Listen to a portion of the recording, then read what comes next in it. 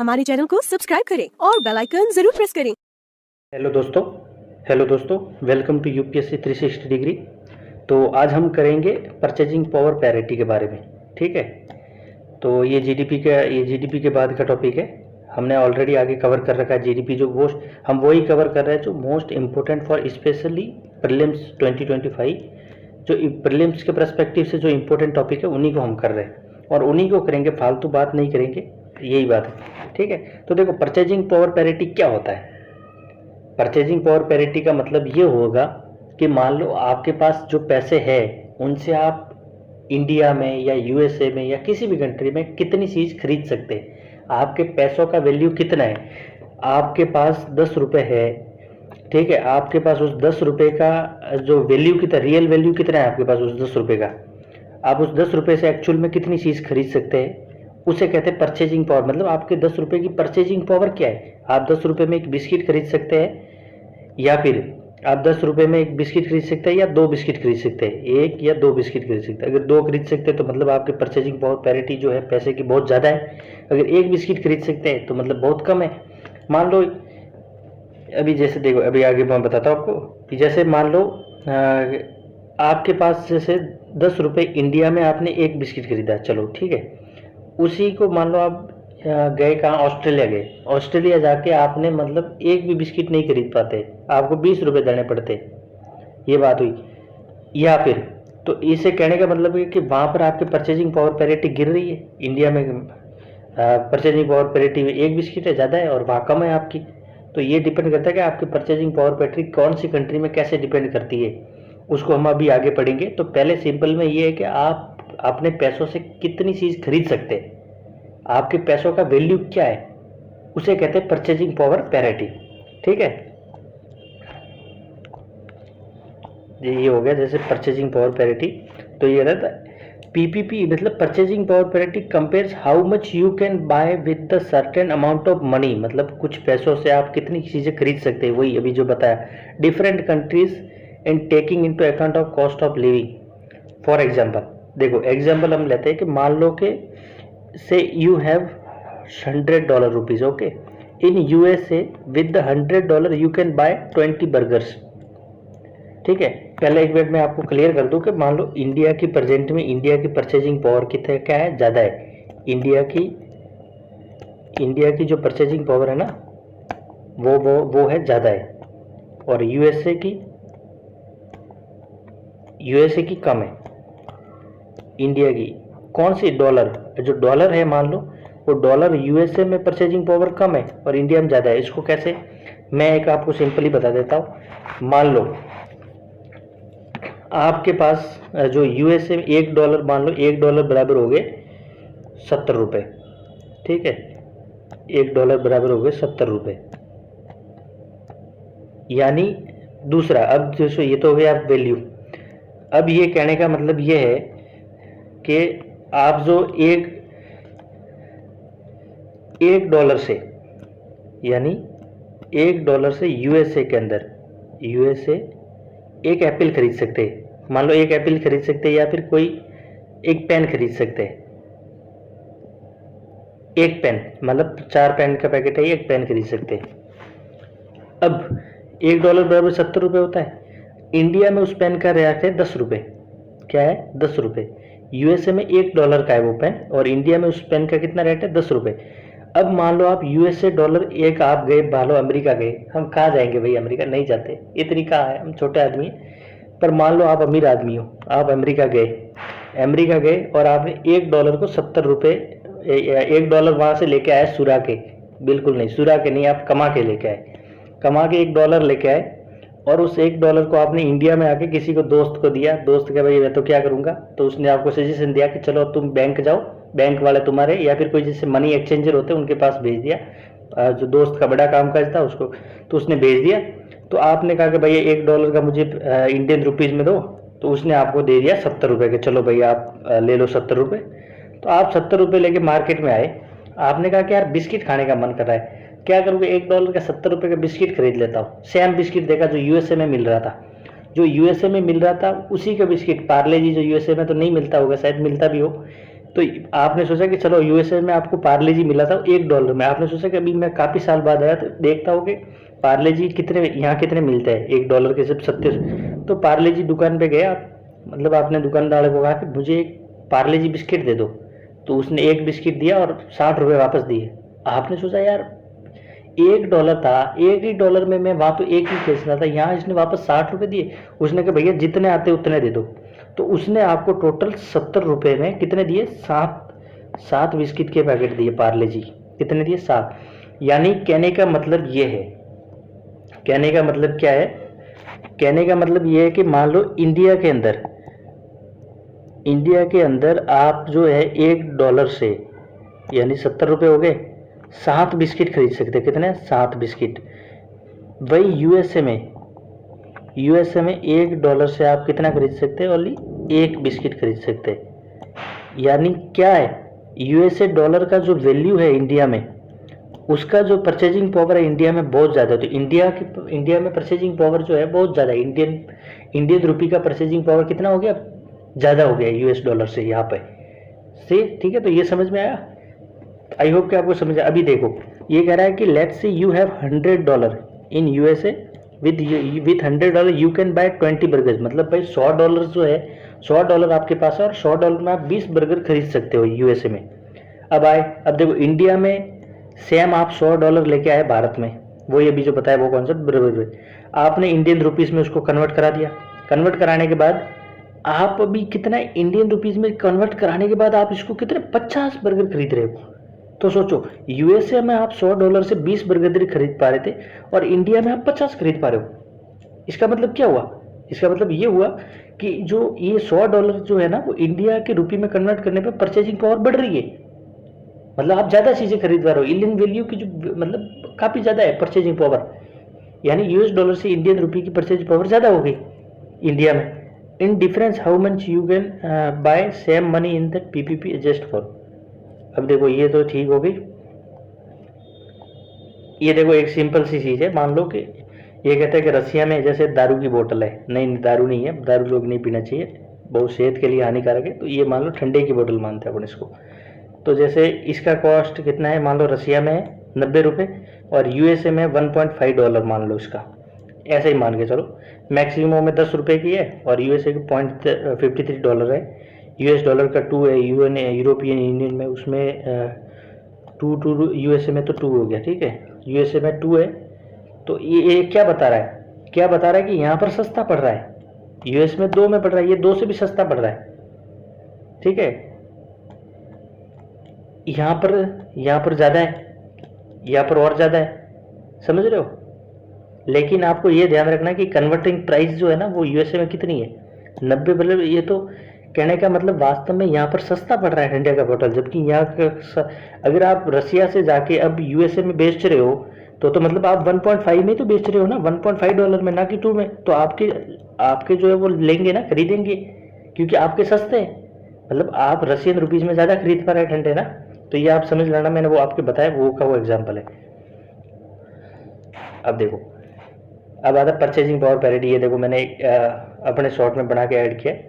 जैसे $1 बराबर $70, तो इंडिया में एक एप्पल का प्राइस है $18 और यूएसए में एक एप्पल का है $1 और $1 का बराबर है 74 तो so according to the PPP $1 बराबर, मतलब ये क्या हुआ, पीपीपी से $1 बराबर 74 हो रहा था और इंडिया में तो ₹18 ही है एक एप्पल का प्राइस। तो because $1 in India can you buy 4 apple, मतलब with the $1 in India you can buy 4 apple. और यूएसए में $1 से कितनी, सिर्फ एक मिल रही थी। तो वो की वो चीज़ें, मतलब इंडियन रुपीज़ की परचेजिंग पावर पैरिटी जो है वो बहुत ज़्यादा है। अब इसी का कॉन्सेप्ट आता है आगे। इसमें 2 चीज़ होती है, एक होती है नॉमिनल, ठीक है, एक होती है रियल। ये क्या होती है, ये कुछ नहीं है, ये सीधी जो परचेजिंग पावर पैरिटी है उसको कैसे चेक कैसे करें, उसका तो कुछ होना चाहिए। तो उसके लिए ये बनी है कि नॉमिनल एक्सचेंज रेट। ये है कि नॉमिनल एक्सचेंज रेट जो होते हैं ना, इधर ये होता है the price of one countries currency in terms of another countries currency. मतलब भाई आपके जो मतलब एक यूएसए का $1 है, उसकी इंडिया रुपीज़ में कितना हो रहा है। मान लो इंडियन रुपीज़ में 70 हो रहा है या 80 अभी चल रहा है, तो 80 मान लो। तो ये कह रहा है कि मान लो इंडिया का जो 80 रुपया है उसकी दूसरी कंट्री के कंपैरिजन में कितनी वैल्यू है।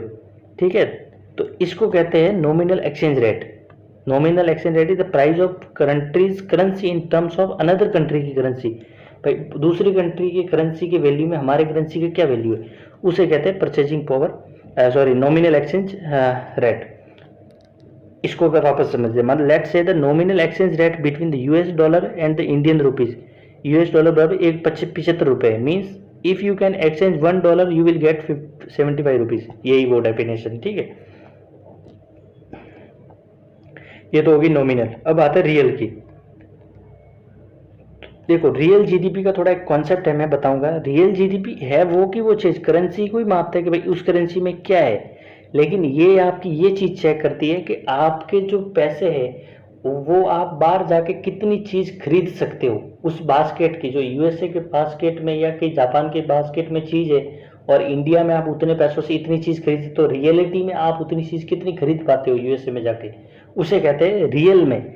जैसे कहते हैं कि आप बाकी चीज नॉमिनल वगैरह जो होते हैं वो तो सिर्फ एक्सचेंज तो ठीक है, हाँ इतना इतना है, लेकिन रियलिटी में उस चीजों का कितना प्राइस है और इंडिया में कितना प्राइस है और इंडिया के रुपीज का इन्फ्लेशन वगैरह सब एडजस्ट करने के बाद आप जो है मान लो कितनी चीजें रियलिटी में खरीद सकते हो, उसे कहता है real exchange rate. Real exchange rate is the rate at which the countries currency can be exchange for the another countries currency.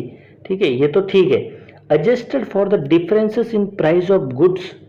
Price के गुड्स जो होता है ना, उनका प्राइस जो होता है, सर्विसेज वगैरह, उनको सबको एडजस्ट करके हम जब कंपेयर करते हैं कि वास्तव में रियलिटी में जो है कि इंडियन रुपीज से वहाँ पे कितनी सर्विस ली जा सकती है।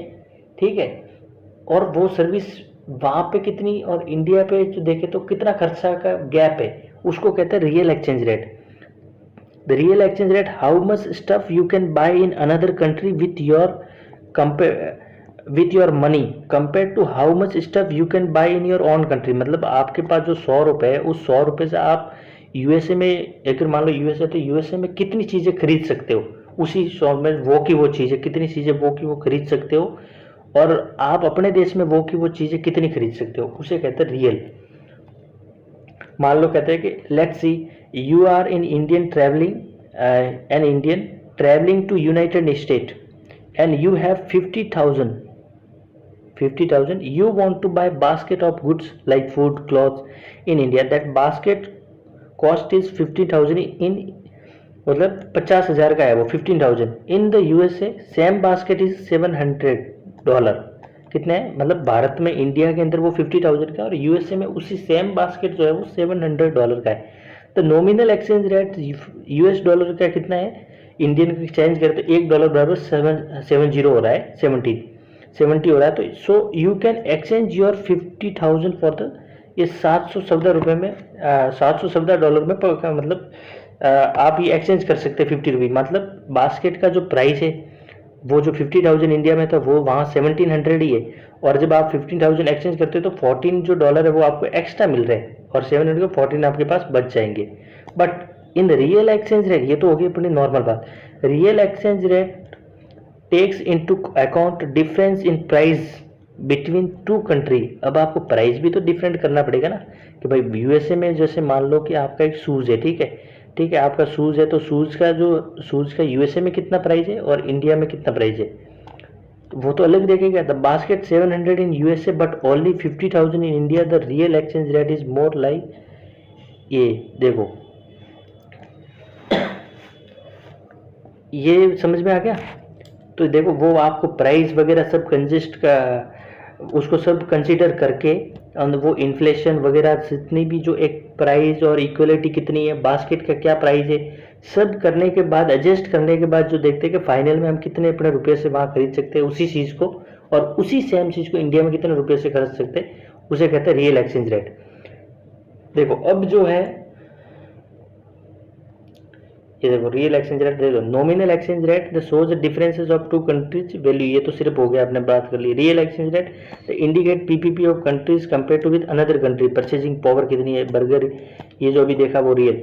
अभी इसमें देखो देखने की बात क्या है, एक होता है जब रियल एक्सचेंज रेट होती है ना, रियल एक्सचेंज रेट,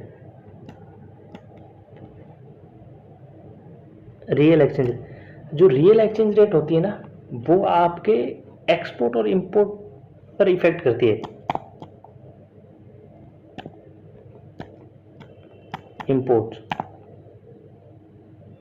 एक्सपोर्ट और इंपोर्ट पे कैसे, मान लो अगर जो है ना रियल एक्सचेंज, मान लो आपका जो है रियल एक्सचेंज रेट मान लो 70 रुपए, अगर वो रियल एक्सचेंज रेट डेप्रिशिएट हो जाती है, समझ लो, मतलब डेप्रिशिएट होने का मतलब 70 से 60 नहीं हो गया, डेप्रिशिएशन होने का मतलब है कि अभी $1 में पहले 70 रुपए में $1 मिल जा रहा था, ठीक है, अभी जो है वो $1 जो है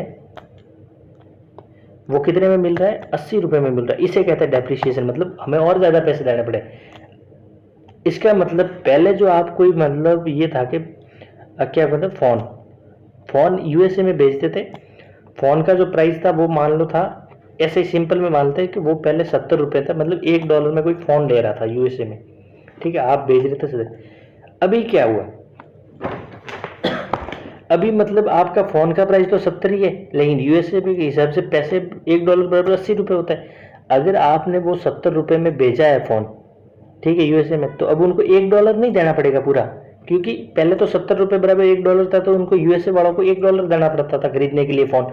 अभी उनको $1, हालांकि क्योंकि $1 बराबर 80 रुपए है और आपका फोन का प्राइस अभी भी 70 रुपए ही है, तो उनको मतलब पॉइंटों में डॉलर से भी कम में खरीदना पड़ेगा, यानी आपकी चीज सस्ती हो रही है वहां पर। अगर अब वहां पर चीज सस्ती हो गई, मतलब अगर रियल एक्सचेंज रेट डेप्रिशिएशन हो रहा है तो मतलब एक्सपोर्ट बढ़ेगा, क्यों, क्योंकि आपकी चीज वहां पर सस्ती हो रही है, और सस्ती होगी तो आपकी चीजों की डिमांड वहां पर बढ़ेगी। और ऐसे ही मान लो, अगर मान लो एप्रिशिएशन हो रहा है, ठीक है, एप्रिशिएशन हो रहा है, अगर एप्रिशिएशन जो हो रहा है ना, अगर एप्रिशिएशन हो रहा है तो क्या होगा, एप्रिसिएशन हो रहा है तो मान लो अगर 17 है, अभी $1 मतलब $1 जो वो अब 60 रुपए मिल रहा है, पहले तो उसी 70 रुपए के फोन को पहले वो $1 में खरीद रहे थे, अभी आप 70 रुपए का फोन का प्राइस 70 रुपए आपने भेजा, तो उनको $1 से भी ज्यादा देना पड़ेगा, क्यों, $1 बराबर तो 60 रुपए होते हैं और उनको देना 70, तो $1 पॉइंट समथिंग देना पड़े, तो वो सोचेंगे यार तो महंगा हो गया। तो एप्रिसिएशन जब रियल एक्सचेंज रेट होती है तो इम्पोर्ट बढ़ सकता है, लेकिन एक्सपोर्ट घटेगा, क्योंकि डिमांड कम होगी, क्योंकि चीजों की रेट बढ़ रही है। तो आई होप ये देखो आप इसको पढ़ लेना, the tells currency that can be bought 1 unit of another currency 2 million different real is in compare to general price level of 2 countries. Calculation करें तो determine of macro factors and demand and supply of currency, nominal exchange rate use to determine real exchange rate.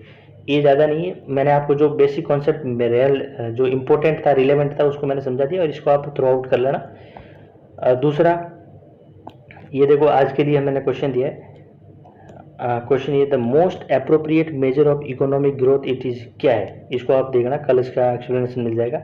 और जो कल वाला question था उसके लिए आपको एक्सप्लेनेशन आपको दिया जा रहा है, ये देखना, national income of total value of countries final output of all new goods, ये टॉपिक मैंने पढ़ाया हुआ है, तो इसको आप एक बार कर लेना, ठीक है। और देखो प्रॉपर आप इसको शेयर करो सब, ताकि हम बेस्ट वे में और अच्छे से मोटिवेट हो सके, और आगे और ऐसे ही वीडियो लेके आए, और सब एकदम प्रॉपर अप्रोच के साथ लेके आए, जो रिलेवेंट है उसी को करें, और ये सबको फ़ायदा मिले, अपने फ्रेंड्स वगैरह तक पहुँचाओ, ताकि सबको एक अच्छी चीज़ों का और अच्छे रिलेवेंट टॉपिक्स और रिलेवेंट 25 के लिए सबको बेस्ट फ़ायदा मिल सके।